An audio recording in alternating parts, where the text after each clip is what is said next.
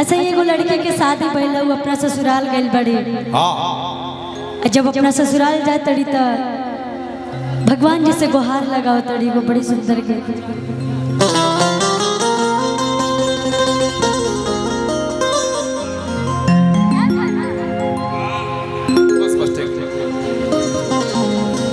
जब अपना ससुराल जाए तड़ी नया नया शादी भइल बटे और ये गीत गोलू भैया के हा ये इतना पसंद बा कि हम हर मंच पे गाइले।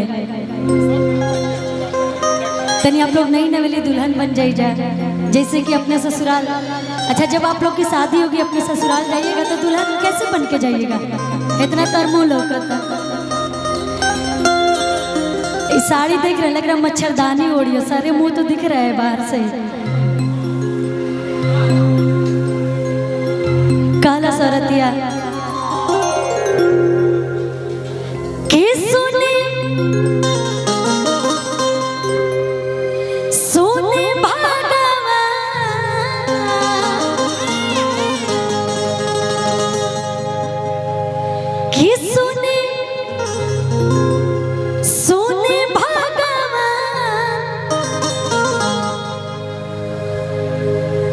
जन बिहान होके दे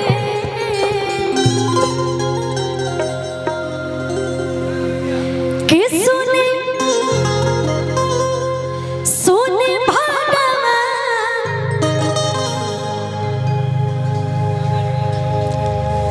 बड़ी सुंदर भाव लग रहे का आई कि आज हो पहला मिलनवा मिलन सजने के सजनवा हमर अंगन गुलाब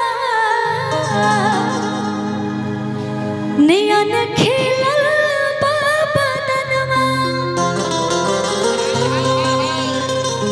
सुनी सुनी भगवान जन बिहान होके दे आज राजा जी के कुरले में जवन होके दे आज राजा जी के कुरले में जवन होके दे आज हो पहला मिलनवा मिलन सजन के सजनवा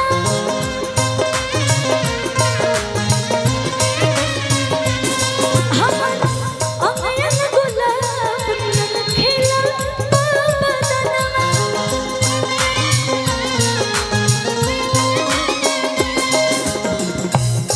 सुनी सुनी भगवान जन बिहान होके दे सुनी सुनी भगवान जन बिहान होके दे आज राजा जी के कुरवे में जवन होके आज राजा जी के कुरवे में जवन होके दे। क्या बात है घुमटा उठाए हमारा लाज लागता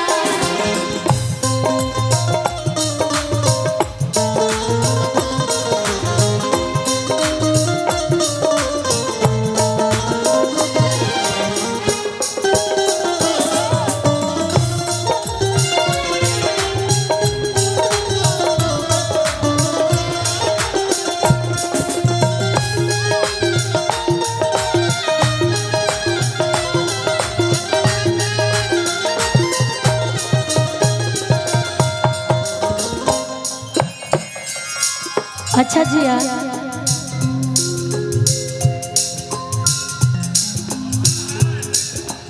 शादी हो गए भाई आपका राउर शादी हो गई बा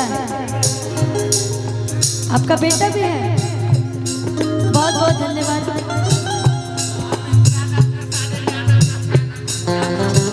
अमित यादव जी हैं अच्छा खेसारी भैया के फैन अमित यादव जी बहुत ही सुंदर बहुत ही अच्छा थैंक यू सो मच आपको। कि सुनी सुनी भगवान जन बिहान होके दे सुनी सुनी भगवान जन बिहान होके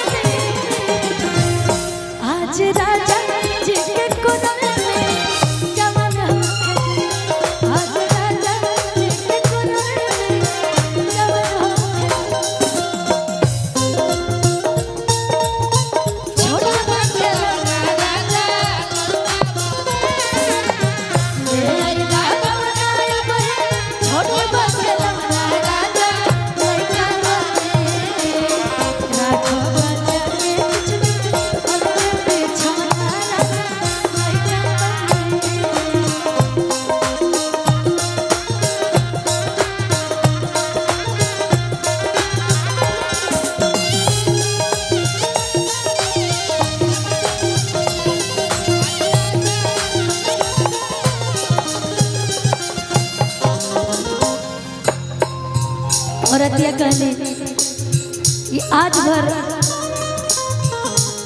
तनी दया कर दी हमरा पे। बड़ी सुंदर भाव रहे। राजा जी के ओठवा में ओठ जब सोटे,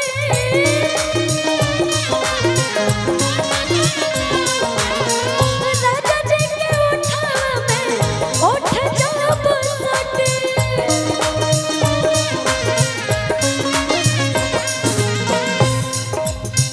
भूख भूख जोते हमरा दिलवा के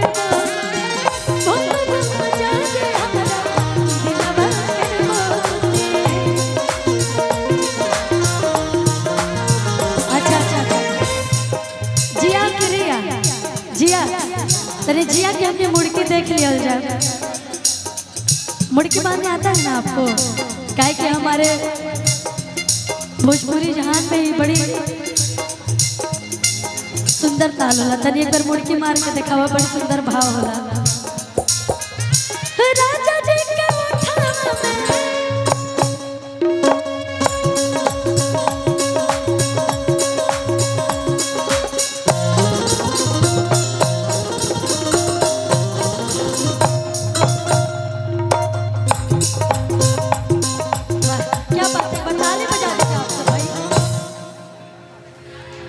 लेकिन हम दोनों लोग से ट्राई करवाएंगे एक एक करके, क्योंकि यहाँ हमारे जज बैठे हुए हैं सामने। वो लोग जज करेंगे कि कौन सबसे अच्छा मुड़के मार रही है। तो पहले जिया जी, जिया नाम है ना आपका? चलिए जिया जी पहले दिखाएंगे, उसके बाद रिया दिखाएंगे।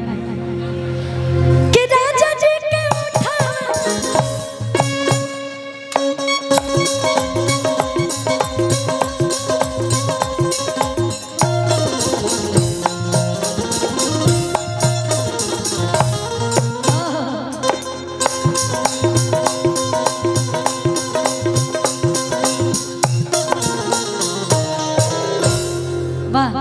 अभी जज ना करके जब दोनों जने के देख लो तब तू रिया तू अब है। अब आपकी बारी है, देखते हैं कि के पास तक के फेल आई भी। ओके बाद नरमुंडा जी से मरवा लीजिएगा। हाँ इनसे भी करवाएंगे। अभी देख रहे थे बड़ी अच्छा डांस कर रहे थे नरमुंडा जी। कि राजा जी के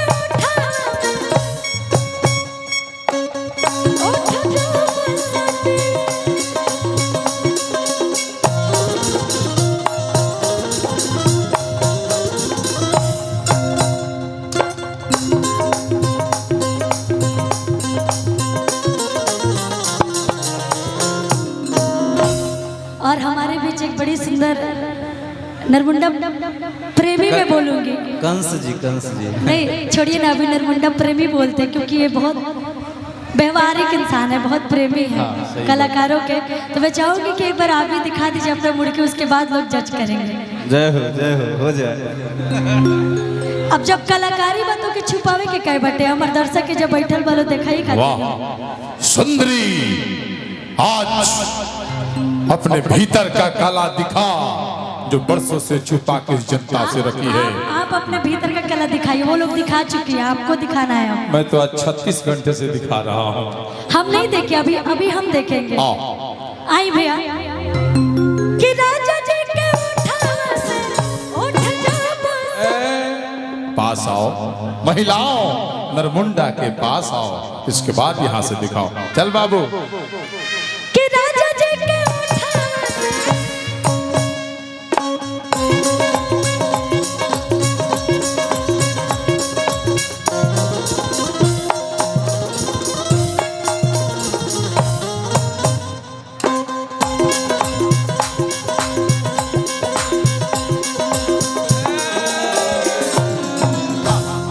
हार गई तुम आओ।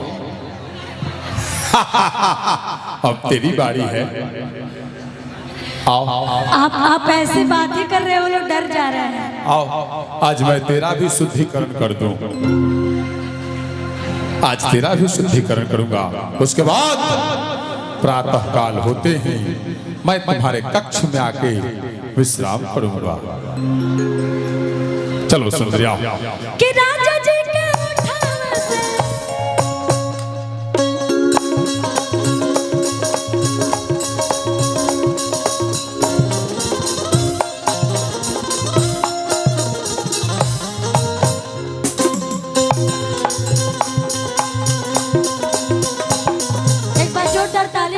आप लोग नरमुंडा प्रेमी जी के लिए। ये न्यू नाम हम रखे नरमुंडा प्रेमी जी। हे सच में सुंदरी, बहुत अच्छा लगा। हम तो स्वामी हैं। नहीं आप प्रेमी है, मुझे प्रेमी नजर आता है तो इसलिए चलेगा चलेगा, सब चलेगा। आइए जाओ। कि राजा जी के उठ जब सटे,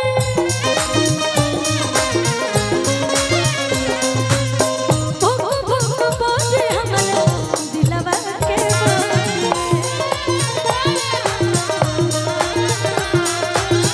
भुक भुक बोले हमारा दिलवा के बोले।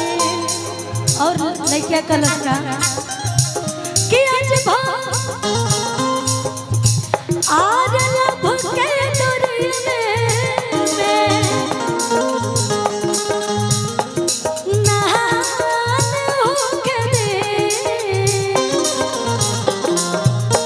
कि आज लब के दरिया में नहान होके दे। ए प्रिया रिया सॉरी, कि आज राजा जी के कुरल में जवान होके, आज राजा जी के कुरल में जवान होके, आज राजा जी के कुरल में जवान होके,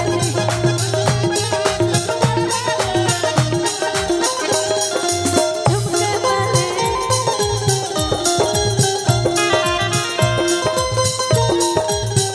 क्या बात है।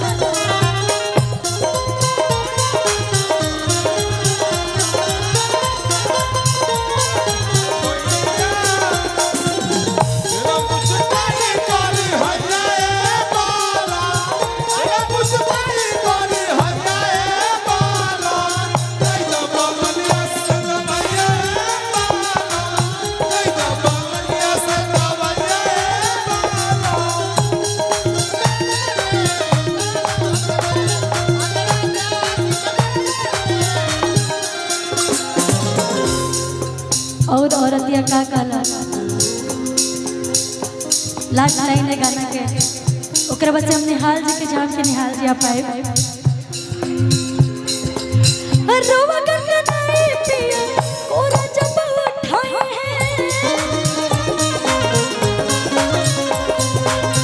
रोवा गनगनाई पिया कोरा जब उठाई है,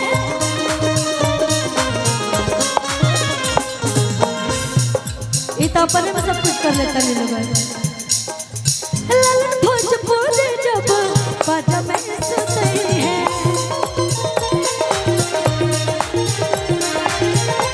भोजपुरी जब बाजा में सुनते हैं। और कलश का कि गोलू कि आज गोलू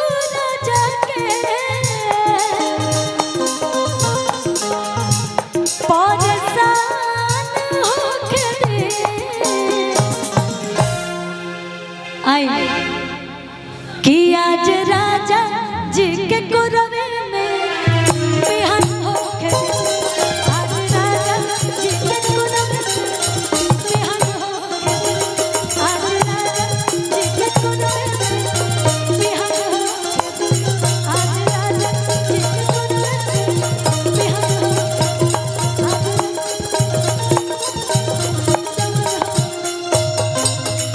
वाह, एक बार जोरदार ताली।